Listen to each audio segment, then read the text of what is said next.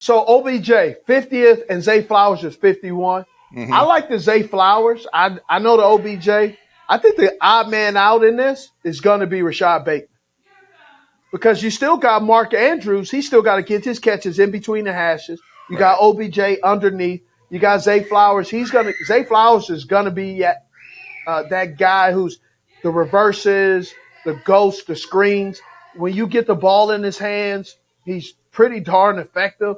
So I just like Zay as one of those guys that he may end up keeping your squad balling, and you don't even know it.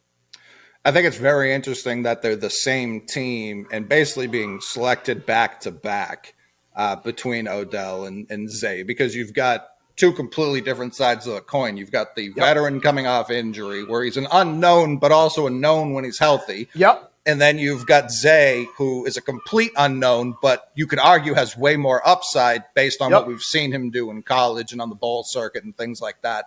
So I think it's very interesting. You're seeing people value the veteran more in this moment, but I wouldn't be surprised if that switched after a couple preseason games. The one thing, though, was Zay, and I don't know how this goes in fantasy, so help me. Mm-hmm. Zay is going to be one of those guys. I don't think he's going to have 15 catches, but I think he may have 4 to 8, 5 to 10 targets a game. But his yards after catch and his runaway and breakout ability is going to be off the charts. I could see him getting a ghost or a jet sweep and getting a 30-yard game, bro. How does that help fantasy? So for a receiver, you're getting, in a standard scoring league, you're getting a point for every 10 yards. Doesn't matter if it's a run or if it's a catch. And a lot of people have historically played 1 point per reception, PPR. You've seen more people take that back down to a half point because players like Jarvis Landry, for example, a guy who's getting a high level of targets and receptions, but not a ton of yards, is outpacing other players who would get less receptions but more yards just because he's stacking catch on top of catch on top of catch. So if you get a catch for 0 yards, if someone throws you a screen at the line of scrimmage and you get tackled, you get a point. And there's a lot of players who go, well, he didn't do anything. There's no reason you should be getting. He caught the ball. He did catch the ball. In real world, yes, that's better than potentially a fumble if it's a lateral. True. Yeah. But in fantasy, it's like, all right, is that better than a running back rushing for 9 yards and only getting 0.9 points there? You see what I'm saying? So it's like, should this guy be rewarded simply for just getting his hands on a ball? Or should it be more the yards, the yak, like you're talking about with Zay Flowers? So I do think that's going to be, especially if you think Odell doesn't have that anymore. He doesn't have that after the catch speed or being, especially with knee injuries, being able to cut and be as shifty. Then, yeah, I can see that being way more valuable. Okay, so Zay Flowers with the yak will be more valuable 1,000%. All around. Yeah, because I see him in open space balling. Right, and if he's using that open space to get into the end zone, now you're talking about an extra 6 points every touchdown. Much like in the real world, you're getting 6 points. So hypothetically, Zay Flowers on a 70-yard drive, he gets 2 passes. He gets a slant where he's almost 80% winning against a slant. Mm-hmm. So he gets a slant and goes 15 yards. Right? Yeah. He catches a 5-yard slant and goes 10 extra yards. Then they do something else, and yes, he gets the pass, and he may scamper off for the touchdown to cap it off because, he's a young guy. They want to establish it, utilizing J.K. Dobbins, Lamar Jackson, and Zay Flowers. They do something fancy and some crazy cool design.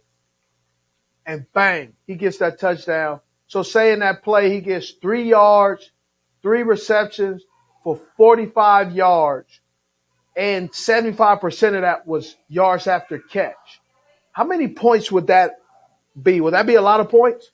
Yeah, so it's where you get the yards doesn't make extra or less points. You know what I mean? If you catch it and get tackled for 40 yards, or if you immediately, or if you catch it and run for 40 yards, that's the same 4 points. You know what I mean? It's not better or worse, but you do like someone who has that yards after catch ability. That's what separates like a Jarvis Landry from a Justin Jefferson. If they're getting the same amount of targets, if they're getting the same amount of receptions, but one's getting double the yards and touchdowns, yeah, obviously the guy with double the yards and touchdowns, much like in the real world, is more valuable. So it's you in a perfect world, you want both on your team. You want that balance because you want the consistency for when a boomer bust number one happens to run into a lockdown corner or happens to just have an off week. You want that steady Eddie who's going to put up your 10 points on a week-to-week basis. But yeah, so if Zay Flowers gets 3 for 45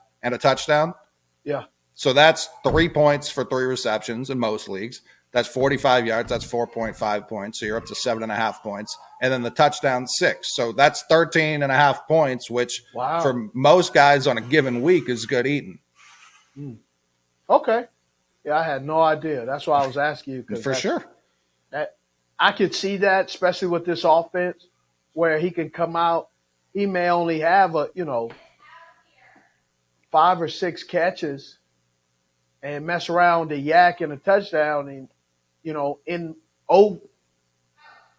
of what I know fantasy football to be, I didn't know that would almost be 6.5 points away from 20 points, which that's a lot of points. It sure is. Yeah. Yeah. Wow. I just learned something. I appreciate it. All right. So, I don't know if this is a true value, but the Los Angeles Chargers, you got Austin Eckler, you got Keenan Allen, you got Mike Williams, Quentin Johnson, big target.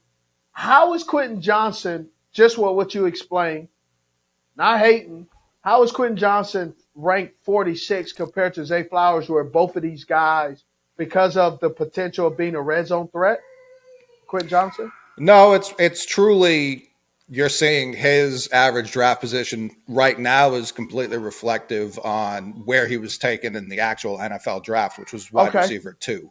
And you take that and you combine it with, people don't trust the Ravens offense from a passing standpoint. They didn't watch Zay Flowers. They saw Quentin Johnson. If they saw him at all, it was in the playoffs when he torched Michigan. And he was wide receiver 2 taken. They trust Justin Herbert's arm, I would assume, more than Lamar's. I would assume they trust Kellen Moore more than Monken. Whether or not it's correct is what I'm telling you what people are thinking. So it's really that. They see Keenan Allen and Mike Williams. They're both injury prone.